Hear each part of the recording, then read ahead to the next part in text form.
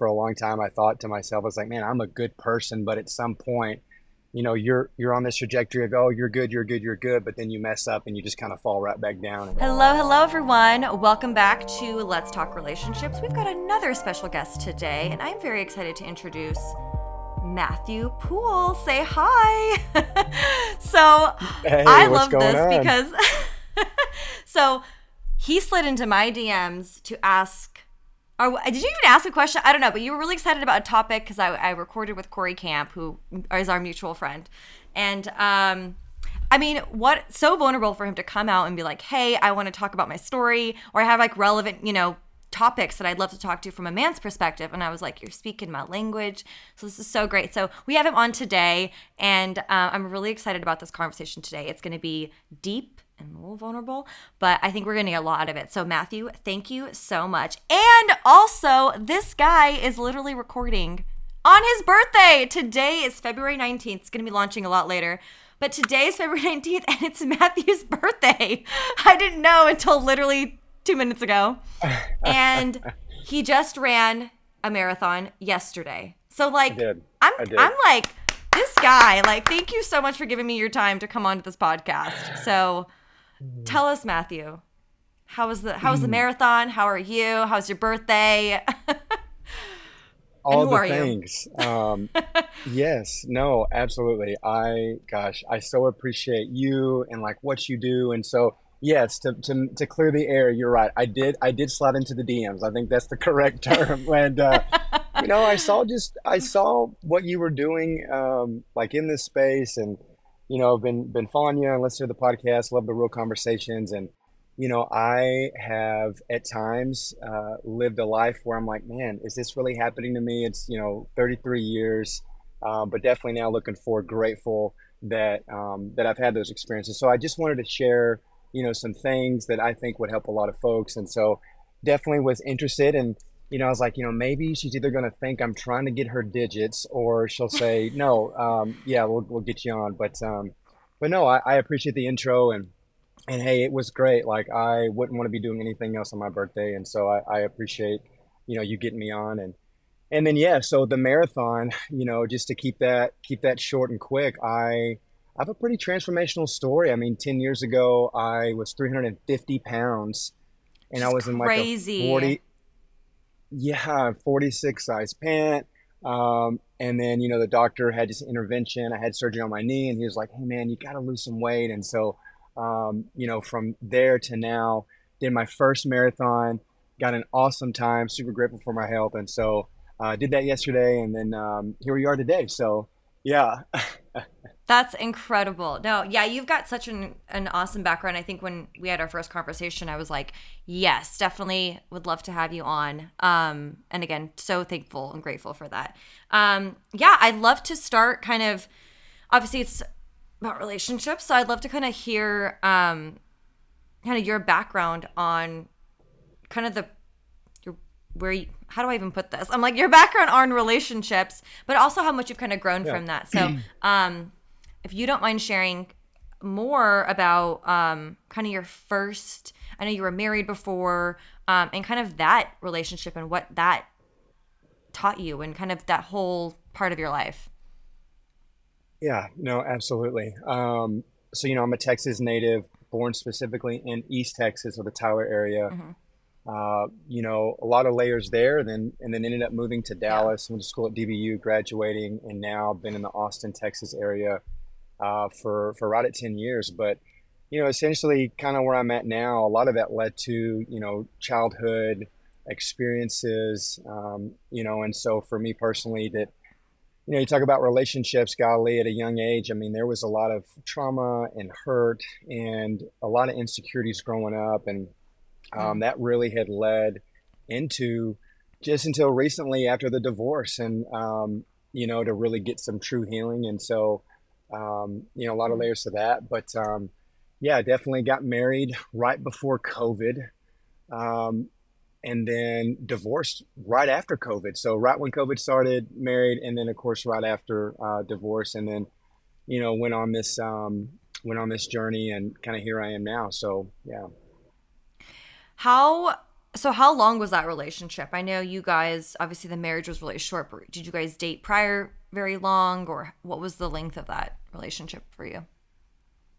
Yeah, so me and Allie we met at church actually, in East Texas, and we were dating for about 4 or 5 years before Mm-hmm. marriage. And as soon as I had finished college, because she was a few years younger than me, Mm-hmm. I had moved down from Dallas to Austin, where she was going to Texas State, and leading into the marriage, there was definitely some unhealed trauma that I haven't dealt with, like as a man and as a person. And so, and also too, I mean, we got married I say quickly, like we were dating on and off for 5 years. It was some long distance stuff. And so it was just really tough in that sphere. And Yeah. she was down in San Marcos, which is a few minutes south of Austin. And so, um, and yeah, about 5 years before we actually ended up getting married. And now, do you like kind of looking back at that? Because obviously, long distance makes it tough because you're not really 5 years feels really it's really like a year and a half too, of being with someone because of that distance. You For don't see them sure. every day. You're not hanging out all the time. You're not seeing. Did you feel like, I guess going into the marriage too? Did you feel rushed? Did you feel like you had to make this decision, or kind of what was your mindset going into it? And did you see red flags? Did you ignore them? Did what was kind of like the mindset going into it, into getting married? Yeah. So, essentially, I mean, yeah, that's just so true. I mean, there's so much that I hadn't dealt with personally.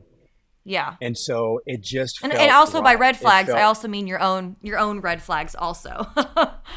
correct, Yeah. correct. Yeah. It was something where, I had an insecurity of, being alone and worth and all the things that way. And Hmm. so, her father is the vice president of a company that I'd worked for over 10 years. And so, started with that company and worked myself up. And it was something that just felt right. We were dating, I was moving up in the company, and definitely rushed in things that we didn't do prior, like counseling Hmm. and therapy and all the things. Hmm. And so, leading up to the marriage, yeah, absolutely. There was a time where we were both like, do we really want to do this? But it was one of those things where we had the parents saying, yes, do you love her? I was like, well, of course I love her and care for her. But I think there was a lot of stuff on both of our sides that we hadn't dealt with.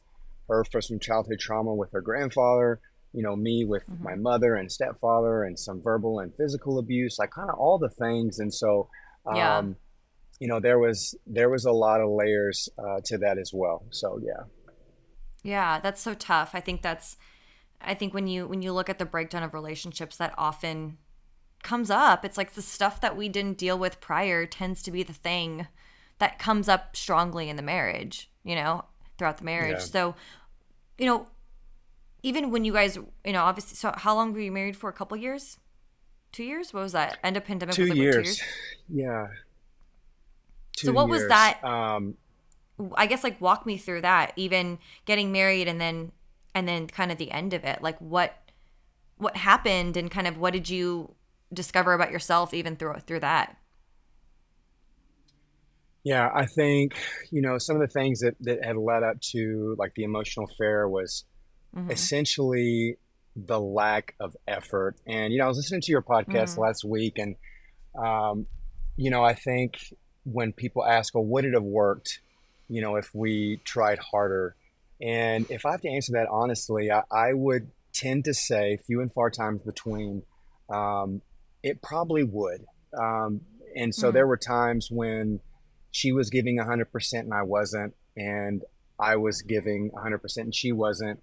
Um, and so effort, I think, is what was a contributing factor was some separation. So I was living up north and she was down south. When we got married, she was traveling a lot, and of course, damage and not dealing with that, for both of ourselves, busyness.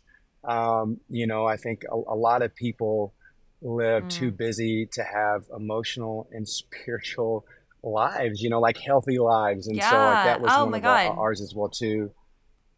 Oh my gosh, yes. There's so And I much to think what, dissect there. you know, oh no, for sure. Oh my gosh. And like it's yeah, I mean again, like counseling, I think commitment was one of them. Um, I think what's interesting is that because divorce is just so common these days, it produces like a lot of anxiety, that the struggle or fear of divorce and like trauma is that people, us, have decided that the solution is in the search of like the perfect partner and not in the commitment Mm, inside the marriage. And so, like, that was something that me and her really struggled with. We thought, that this was going to be our person. And so we really weren't focused on the commitment at the time. It was just on the person. And, those things, of course, ended up kind of falling to the wayside with, things that we didn't do a good enough job in doing. But, I think there was a lot of layers to that as well too. I mean, I think for me, there was some struggling in the relationships with culture, church, mm. damage, and some fatherlessness. I think at some Yeah. point, and this is so true for me, but like at some point, everyone is affected by a man in their life or the lack of men. Mm. And so for me, like I'm a part of that statistic. That was my father. He left at a young age, and I think also too that the to go off of that point is that the truth is like our own ability to remain committed to an imperfect marriage in a relationship, as like as me, like an imperfect person, Yeah. is directly tied to essentially like our knowledge and experience of how God remains faithful and committed to us. And it's like you can't give love you didn't receive, and there was a lot of damage and love that wasn't received on Yeah. both of our ends that led to a lot of a lot of things inside that marriage. And you don't ever wake up thinking that you're going to get a divorce and hurt a person. And for a long Yeah. time I had thought, I was like, well, man, yeah. And for a long time I thought to myself, I was like, man, I'm a good person, but at some point you're on this trajectory of, oh, you're good, you're good, you're good, but then you mess up and you just kind of fall right back down. And so that was really tough. And I think another layer to that too is that we had a business as unusual culture that we were a part of, and did a Mm. lot of like relational leadership inside the Austin community with the group we were at. But we just really didn't take that to the house, and it was so frustrating because we both know and knew what relational needs were, but we weren't meeting those needs with each other. Um, it was really tough. I know a lot of times I would, be at work at 6 in the morning. I'd get home at 7 at night. I would work out. I cook, I clean, because I don't mind doing those things. And I know not every guy Mm-hmm. likes to do those things, but and then when yeah, and then like when it'd be time for bed, I was like, hey, can maybe we get physical? And like it was no, and so it was really tough. And then we'd always just kind of missed. And like there was months where she was like, hey, let's do it, and I was like, I'm exhausted. So I don't want to like Yeah. shift the blame all towards her, and it's just, I think anything not dealt in the space of humility and saying, hey, let's do this together, in this Mm. relationship, like anything outside of that is just not going to work long term. And essentially like that's what happened to us. And it was just a tough thing to navigate, really tough, because her Yeah. family are such special people to me. So yeah.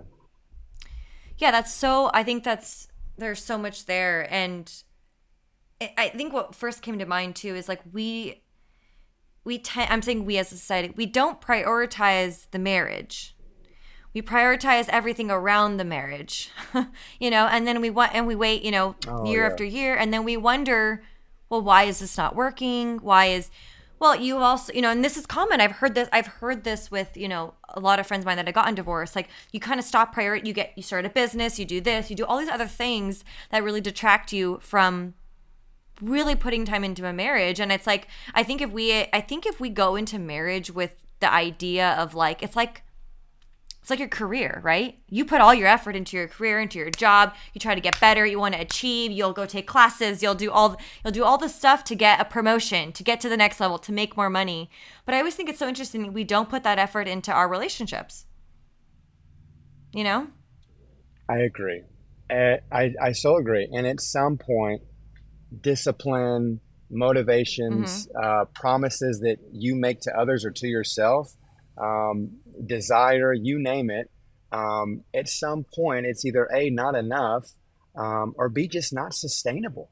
And I see it time and time again, like at the gym and in life and in the workplace and in culture.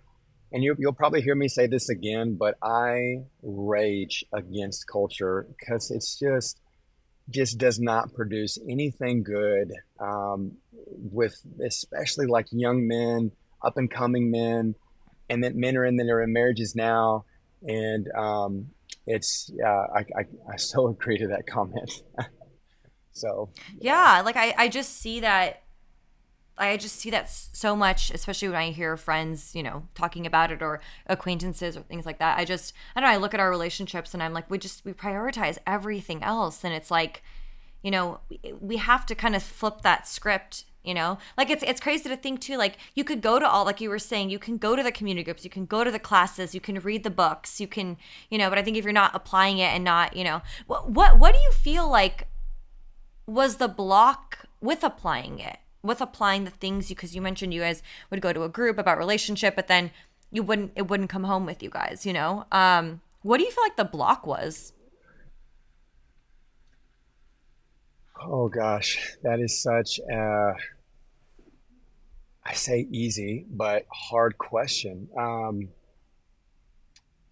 Just in a personal opinion, pride. I think pride is in the Mm, root of so literally true. everything, because pride says me, myself, I, and not getting the instant gratification and, that culture says today. And so to be more specific, um, culture says, hey, you've had a long day. Do what you need to do and rest and do your own pleasures and get your hit, go shopping, buy this, do that. And I'm not saying there's some healthy truth in principles in some of those things, like, hey, you've had a long day, spend some time for yourself. I think those are great things, but few and far times between nowadays is that the truth. And then also, too, I mean, pride. So a lot of times, there'd be days where, I didn't check my heart and I'd come in and we had set up some boundaries as well. Like, hey, when I get home, give me 5 minutes to just get to myself. Or sometimes if I had a longer day or I thought my day was harder, I'd say, no, I need 10 minutes a day, and just being vulnerable there, and just Mm-hmm. not putting myself last and her first. And honestly, it was the same thing with her too. I mean, there were certain things and, that, when she'd get home and I had a long day or like this specific something was hard for her. And so we knew it, but we were just so emotionally exhausted that we really had nothing else in the tank to give. And at that point, we have Mm-hmm. two people working against each other, and it just didn't work. It just didn't work. And so it was a tough thing to navigate, especially when we knew the knowledge. So yeah, Yeah. No, I think it's so true. It's like you can read all the books, you can do all that, but um it's the I've application, it's the said discipline.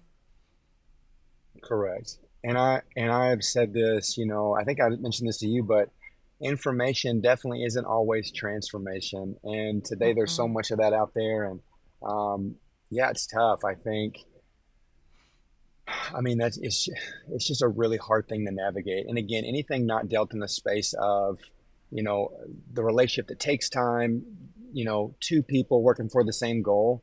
I think what makes it so frustrating is that because it's such I say an easy truth, it's just extremely difficult. And two things can be true at once.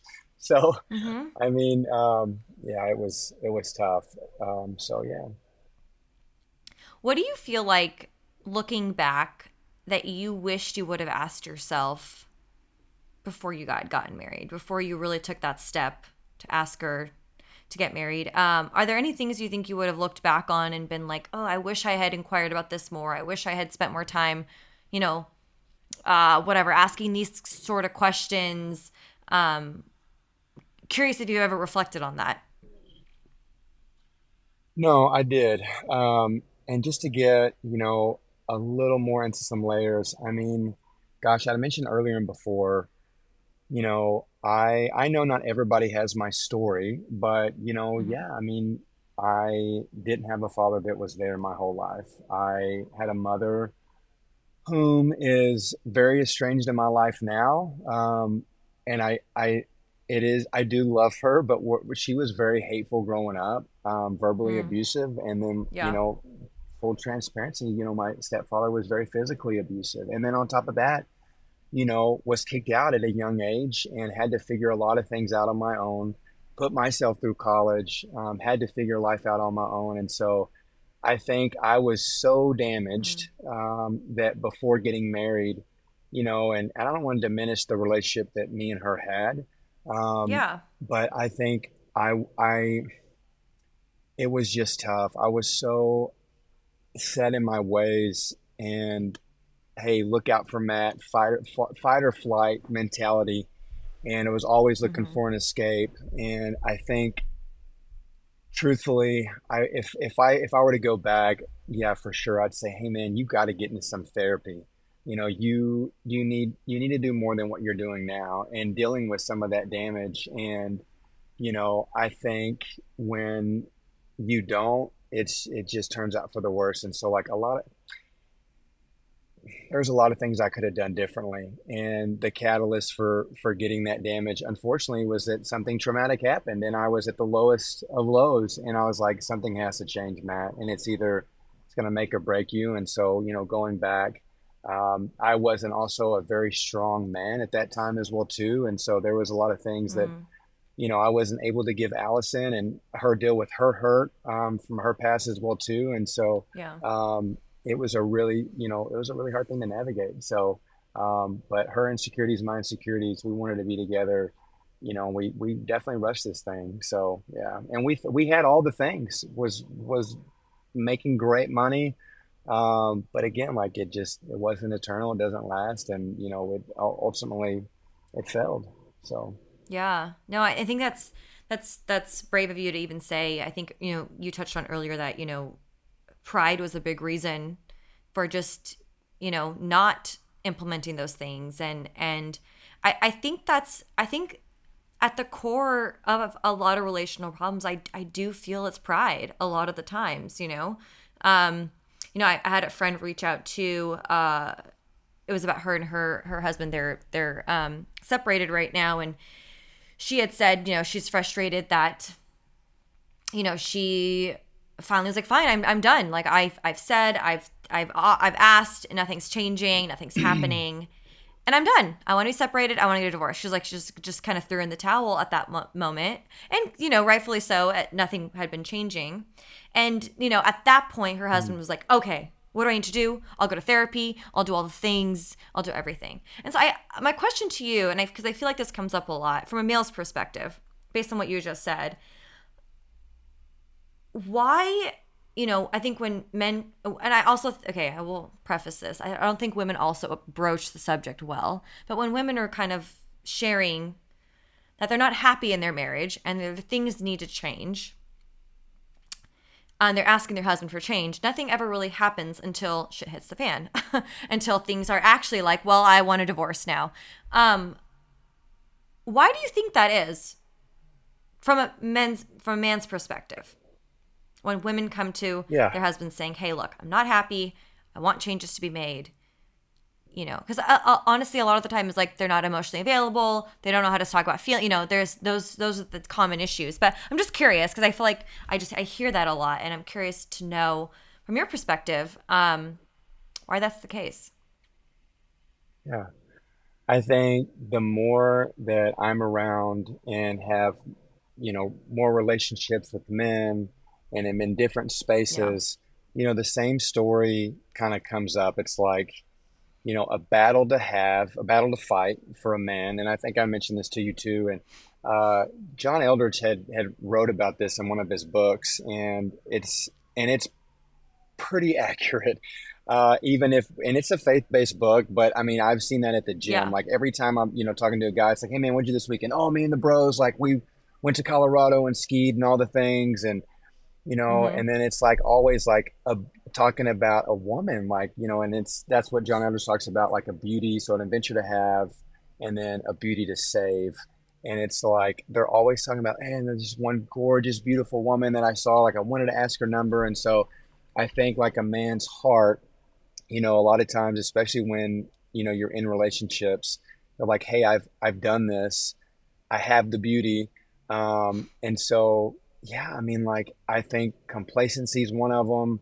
I know for me, Mm. like there was personally a point where, Allie said the same thing. And I was like, I have to get my wife back because the realization of, oh my gosh, oh snap, crackle and pop, like I'm going to be alone or Mm-hmm. single and all the things. And like, I don't want to lose this. And I've worked really hard. And then of course it flipped. I think also too, and I've mentioned this before, culture doesn't do a good job, church doesn't do a good job, and I'll be very specific on that, as well as the damage and fatherlessness as well too. But I think for men, it's for the most part, a lot of men have never been taught like how to feel or process emotions, and even now, like it's still kind of taboo when you say you go to therapy, and Mm-hmm. and so like specifically culture says, hey, the best way to get over someone is to get under someone. And the Yeah. church, or at least yeah, at least my experience is no real consequences for your actions. There's not a whole lot of emotional or spiritual maturity that they form in young men. Mm. It's more of like a Sunday high or hit. And again, like I don't want to, not diminishing other churches' values, and but for the most part, Western church, like that's my experience. And and then of course, um, it's just like little do churches talk about lifestyle. It's more about ethics and theology. And so I think as we get into 2024, 25, 26, I think some churches have picked up on like, hey, we got to be more intentional, like teaching the word. What does lifestyle look like? Raising, sustainable like men and women in the church and all the things. Mm-hmm. But Yeah. um, and again, like, yeah, I mean, that's such a tough topic. But again, anything not dealt in the space of like humility and wanting to work things out, on top of the the culture of men. I mean, we literally live in the most fatherless generation in history, where men can literally sow a seed, but they don't want to raise the tree. And again, like I told you earlier, it's like I'm a part of that stat. Like father is just not a part of my life, and it's that's tough. That's really tough. And so, who do you look towards or to? And few and far times between. Do you have that good role model in your life? So I know that was a pretty long answer to your question, but No, I no, I think think there's that's there's great. definitely layers to that. Yeah. Yeah, no, I agree. And that's kind of, you know, similar to what I feel like I see out there as well. And just from talking to different people and all of that, it's almost like it's too late. And I think also there's a little bit of like I think that there's this bit of like men are like, I don't know what to do. Like she's Yeah. leaving, she wants to leave, and she's asking things to change, but I genuinely don't know what to do. And my pride's too big to say that I don't know what to do. So I'm just Well, gonna not do anything yeah, and hope things change, you know, because I think there is a part they're like, I don't for know what to sure. do. She wants me to be more emotional. What does that mean? Like, I'm here, I provide for a house. They're like, I do all these things that I think are what she wants, you know, and then they get to a point where like, well, this is not what she Right. wants totally, you know, and I think it becomes tough. It becomes tough to, you know, I think for them there's a Yeah, bit no, not to I'm be like that's an excuse that like they don't know, but they kind of don't, you for know. sure. No, And and I I'll say think this. I mean, no, go ahead. I yeah. think we have a What little were you gonna delay. say? No, I was going to Oh, say I you're think good. a big part of I think it's funny. I'm actually talking to someone in my DMs. I'm trying to get on the podcast, but we've been talking about that. About I also think a big part of that too of men not knowing what to do, or I think men also won't speak to other men about their relational issues, or hey, my wife, so they're not talking to one another. They have friends that they go out to football games, they watch this. They're not deep friendships, right? They're surface level friendships. So they're not really speaking and actually trying to get some counsel from people around them, like, hey, my wife wants to divorce me and I have no idea how to get her back. I don't even know where to start. I don't even know what to do. Do I get therapy? What therapy? Where do I go? Like, Yeah. literally, they're not talking to anyone. And so I also feel like it's like all these things kind of add, not to say women are not, I'm not trying to bag on men saying women are not, but a responsible also For partners, sure. because I also feel like women don't deliver very well. They don't deliver the information like, hey, these are the issues I'm having. Instead, they Yeah. criticize, they downgrade, they put down, they minimize, they demasculate men. So it goes both ways, but Definitely no. Look, so a lot to unpack there, but I agree, and I that definitely relates to. I mean, the truth is, and honestly, there's something that an insecurity I'm dealing with now is that, and so to your point, for years I've had so many friendships, but only a few were, I say a few, let's just say one were miles deep. The rest of them were surface level. I think the mm-hmm. whole I think the problem with society, truthfully, is just the men and or the lack of men, which I made a comment earlier. And you're right, Yeah. more times than not, like whether I'm going to my barber or guys at the gym. And I think that's why I've made some good connections with certain people because I really do try to keep it hot, humble, open, transparent. And that's not the cool thing to do. Yes, A lot love of it. times people look at me Yeah. like, It's Matt, not. you're weird. Yeah, and it's like, and it's funny because, I have a motorcycle, I'm tatted up. And now the reason I'm teeing this up is that like I would say culturally, I'm pretty normal or accepted. But then like when people talk to me, it's like, oh yeah, maybe you're really not that cool. And like I'm not as cool as everybody thinks I am. But it's just an insecurity I deal with is that like, Yeah. I still want to fit in, with the crowd. And it's just so interesting to me that, a lot of guys, they'll know more words to a rap song about being humble by Kendrick Lamar than they do actually about how they want to live. And they'll tell me all the time, Mm-hmm. like, man, I want to do this or do that. And it's like, man, well, you know more about, subjectifying women or other things than you do what you really want. And a lot of times in Yeah. men's groups, like what I've seen is that like I get told, especially now, man, like, bro, you should go out. And I was like, man, that's just no. Like the advice I'm getting is it's just so funny. And again, that's culture today. But you're right. Unfortunately, the sad truth is a lot of men don't have strong men in their life to speak life and truth into them. And again, like definitely faith based, whether you are or not, I think, again, more times than not, it is quite the opposite. And it's sad because, you get what you get with these men today. So, Yeah, it is. And I think that, like, I think that's why I get so passionate about it and why I want to shed light on it, because it's not that it can't be changed. And, I'm not trying to change society with this podcast, but I just like the more we can talk about it and more that we can shed light on it, you know, I look at it as like we don't have to have failed marriages. We don't have to have marriages ending. I think it's how correct. do we walk into that? How do we first of all, how do we view marriage? I think that's a big part is like I think our view of marriage is very off. It's very more fantasy based. The person I'm looking for is perfect. We have I think we have this kind of like fluffy pink eyed, not pink eyed, glossy eyed. What's the pink glasses? Whatever. You know what I'm trying to say? Yeah, yeah, yeah. Of marriage and of Well, relationship.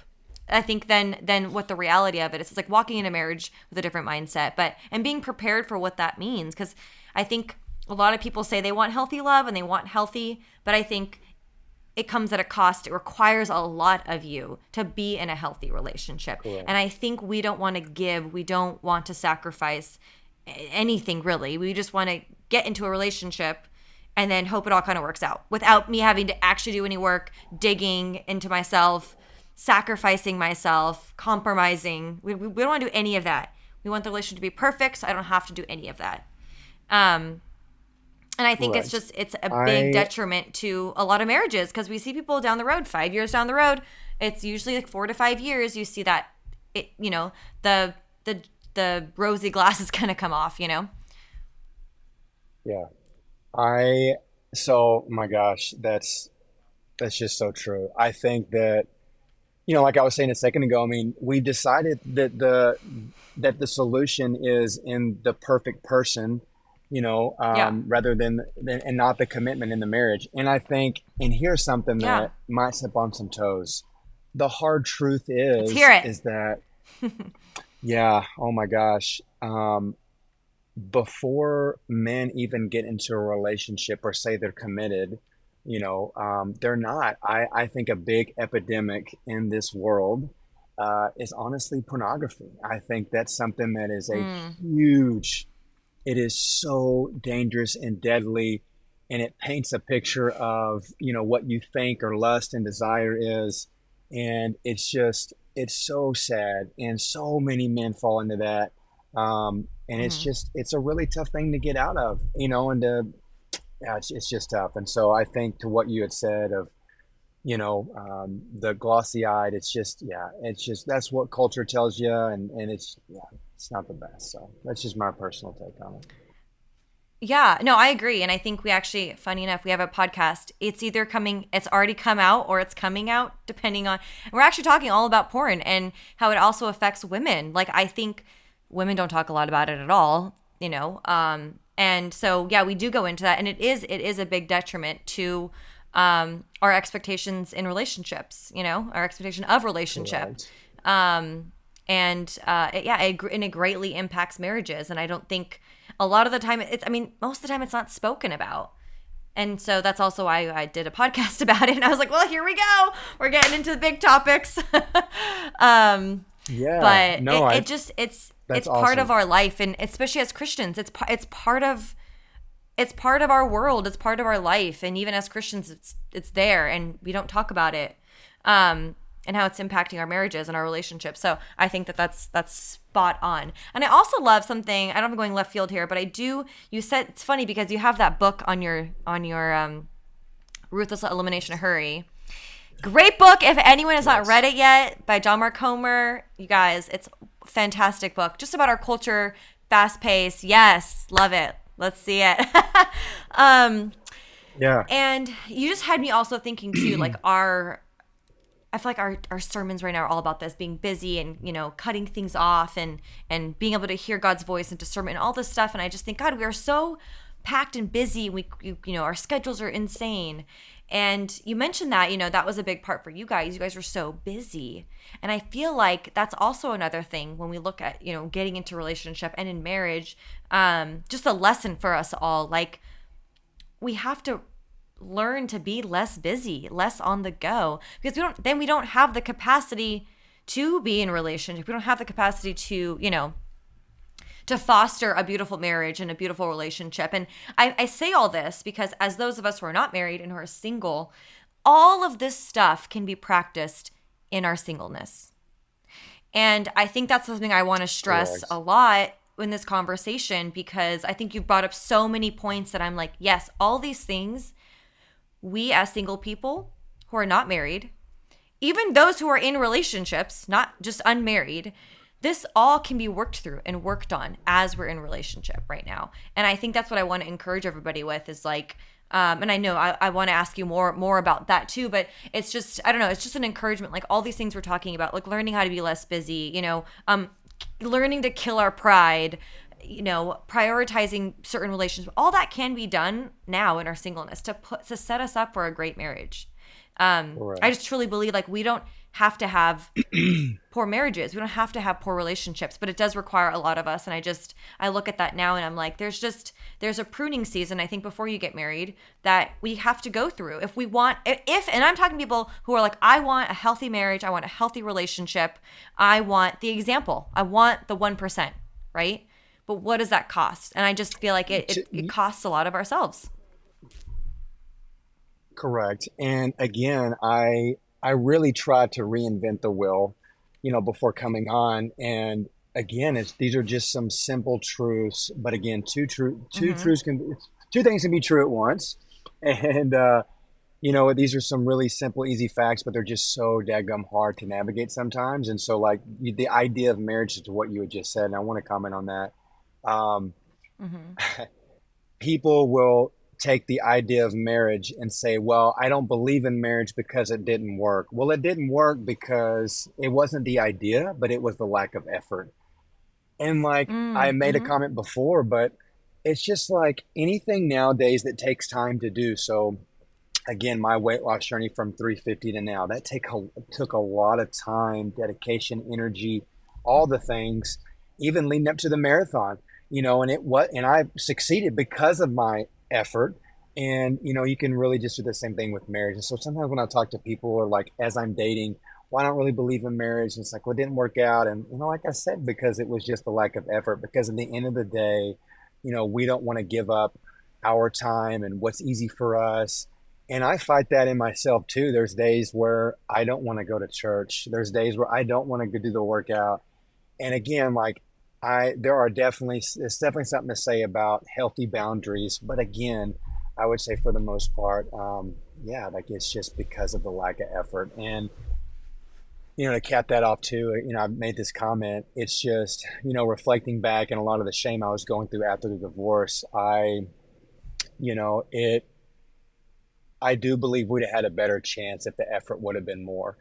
And I made Mm. less of who I was and what I wanted and more of that. And then I definitely, I don't know what would have happened, but I could have definitely said it would have turned out probably a lot better. And that's just the truth. So, and again, I know there's certain situations, circumstances where like, things just can't be mended and those are just tough to walk through. But again, like we're talking about, this and rather than something else. But yeah, so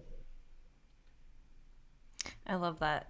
No, yeah, and it's thank you for even saying that because I think that's vulnerable to say. Like, hey, if I did put in more effort, things would have been different. I think that's huge to admit and to be comfortable saying out loud. Um, I'd like to know too, like what do you want to share with men, or what do you want men to kind of take away from your story? Because I know you're doing a lot of work with that now, and so I'd love to kind of hear more about life after divorce, after all the pain that you had gone through. Yeah, what are you trying to teach men with this, and kind of what does life look like now? for sure. Appreciate that question. So, and walking through life, Matt has just tried to do things for Matt.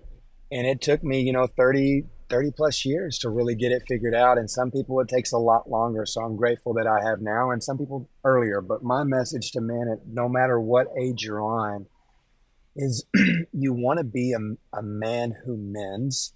And I was listening to a sermon, and Mike Todd said this just so perfectly. We'll use an example of a net. And as you're going through life, you're weaving a net. And as you become broken and damaged and you don't heal things, you name it, pick your poison, things slip through your net.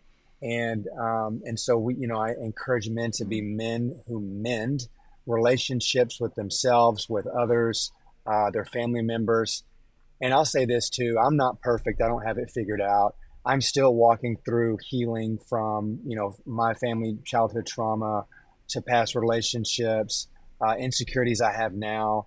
I deal with those every day, those insecurities. And so dealing with your damage. And again, like I was so against, this is crazy because people talk to me now and they're like, there's no way you're super open. Like, so well, it's because I did the work with therapy, and like therapy is still hard for me. It really is, because there's just so much deep hurt, and I know not everybody has that experience.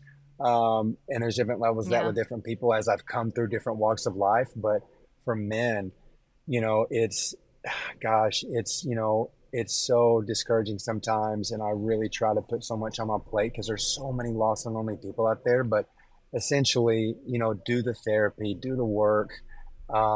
It's okay. Like it's cool. Meekness is not weakness. There is something so powerful about, control as far as, emotional stability, mental stability.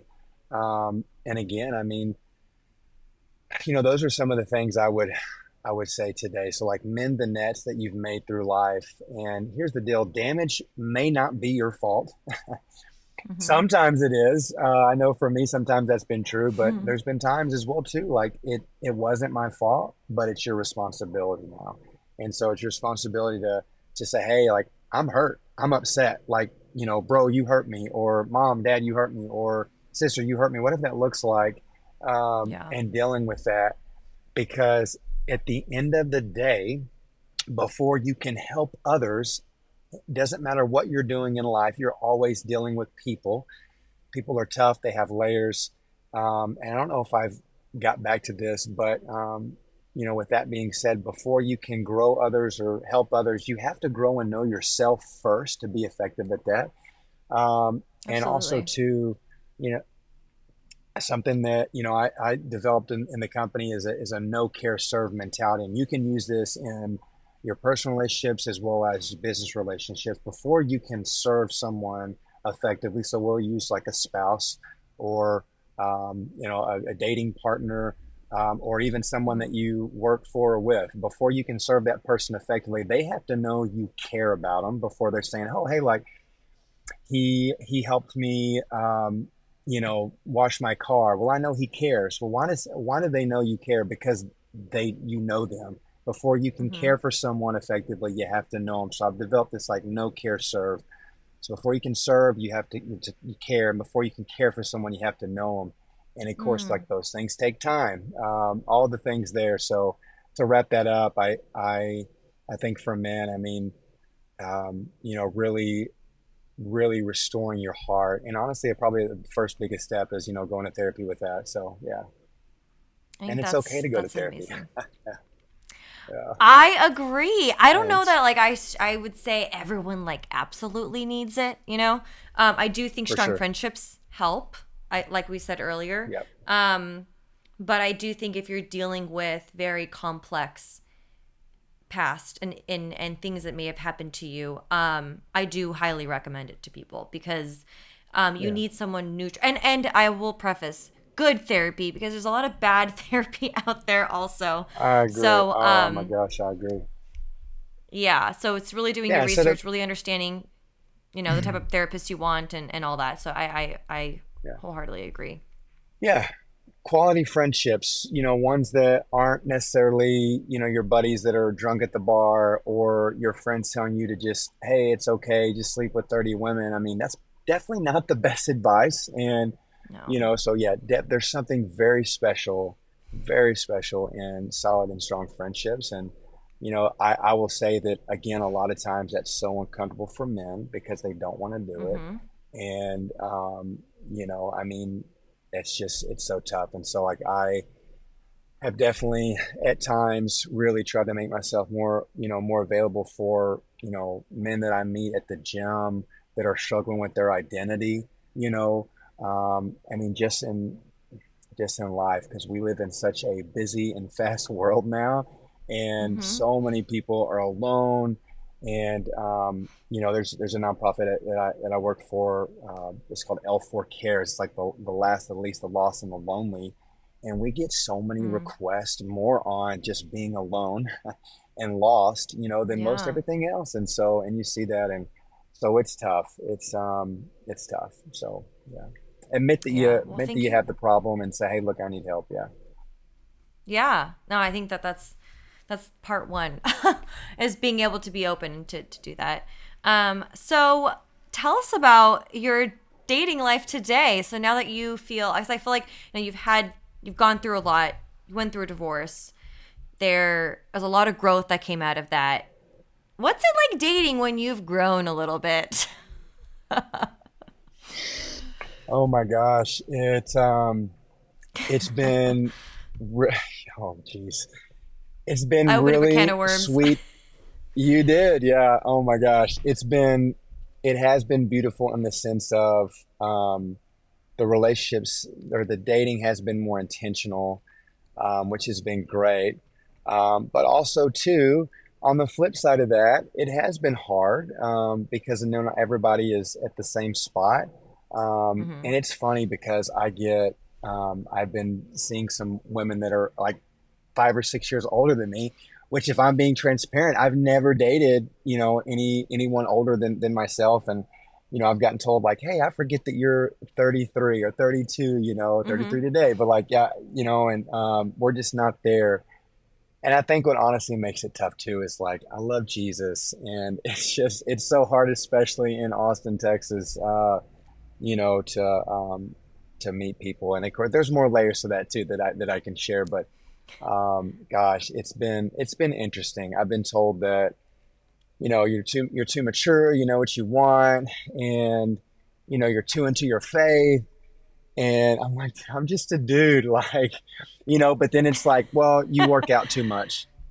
You actually do. Yeah, it's Wow. there's all over the place. It is all over the place. And so I don't know. I try to keep it, super light and fun. And hey, let's go on a walk. Yeah. Let's go to get some coffee, like get to know me. And, a week later, after somebody saying like, oh my gosh, you're super attractive and all the things, it's like ghosted for days. Yeah.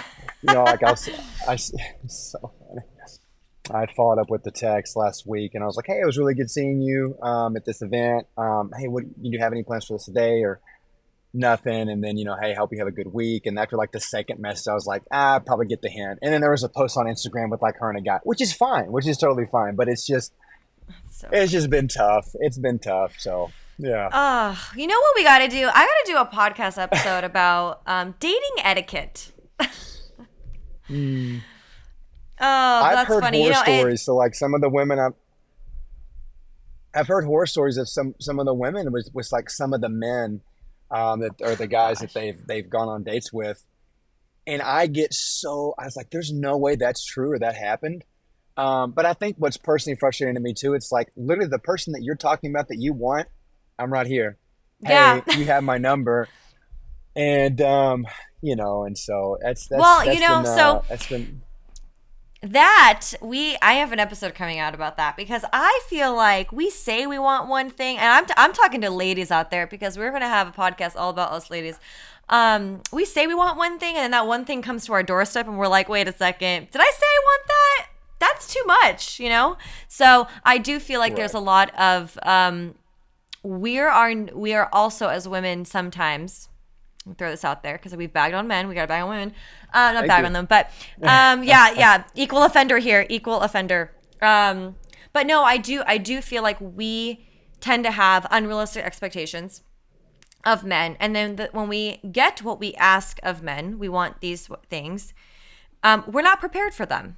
And I think it goes back to Yeah. us also doing a lot of our Mm. own work to understand what does having an emotionally mature man mean? It also means facing myself because they will call me out. They will not let me walk all Correct. over them. They will stand their ground. They're not going to let me talk the way I want to talk, right? So it's like I just find it, that it's just the flip side of the coin is like we have to be careful with what we're asking for and really understanding, are we ready to receive that? Well, So I that's think why that's with interesting, you strong being women, like, hey, I'm here. You're asking for this. correct. Yeah, and when, gosh, you were talking about I think the feminine masculine of like a few podcasts ago. Hmm. Love that one with your friend. Yes, a lot of times when I've talked to women that are very strong, and they're like, "Oh, I've dated all these boys," and then I start dating them, or I go on a date or two, and it's like, "Well, wait a second, that's really not what I want. I'd rather want the guy that just comes over and makes out with me every night, and then Yeah. goes." But that's why a lot of times, these strong women, then the idea is, well, like all men are crap because they've had all these bad experiences, and it just never works out. And so, like, it's just a tough thing to navigate. And so, and there's just things that, in my life now, like I'm not going to, oh, I got told like, hey, would you skip church for me? And I was like, hey, I mean, like, there's times when I miss church for sure. Life happens, but, hey, that's what's important to me. Or, wanting to hook up. It's just, there's so many, it's like, hey, I'm good, and so it's been Yeah. tough to navigate. But to your point, like, yeah, we say we want one thing. Yeah. And it's like, are we ready? But Yeah. anyway, well, thank you so much for coming on. This was such a fruitful conversation. I appreciate your vulnerability with being totally hot, humble. Wait, is it hot, honest, and transparent, right? Yeah, so Did I get it's that right? yeah, it's hot Transformation. and I love hot. Mike Todd. Mike Oh, hot. is the man. He's the man. Yeah, hot, humble, open, transparent, and That's what it is. he's oh my gosh, he's so great. I love his stuff too. I listen to him a lot. He's gosh, he's changed my perspective on so many things, and I just love. He's reaching a generation that needs to be spoken to the way he speaks, and I think that's amazing. So I love that. But thank you again. I seriously appreciate. Happy birthday! Yay! It's your birthday today. Thank you. And thank you so much. I really do. I appreciate you being vulnerable, and I really hope whoever listens to this really gets, whatever they need out of this, because I think it's a conversation I'm going to continue to have and beat it down. And I just, again, I thank you. I hope singles can come out there. I think that's why I like bringing on to people who have gone through divorce and gone through hard relationships, because there's so many lessons that come out of it. And I think as single people, we can really learn from a lot of that and understand, well, how do I prepare to be in a better relationship? How do I prepare to be in marriage? How do I prepare for these big things better, and learn from others' experiences. So that's why I love talking about this. And again, thank you for being open, honest, and all of that. So thanks for being on. Thank you so much for having me. Of course. And if you are listening and you listen every week, I would totally appreciate you following. It helps me a ton, and writing a review if you so wish to do that. But we'll see you in the next episode. Bye. Bye.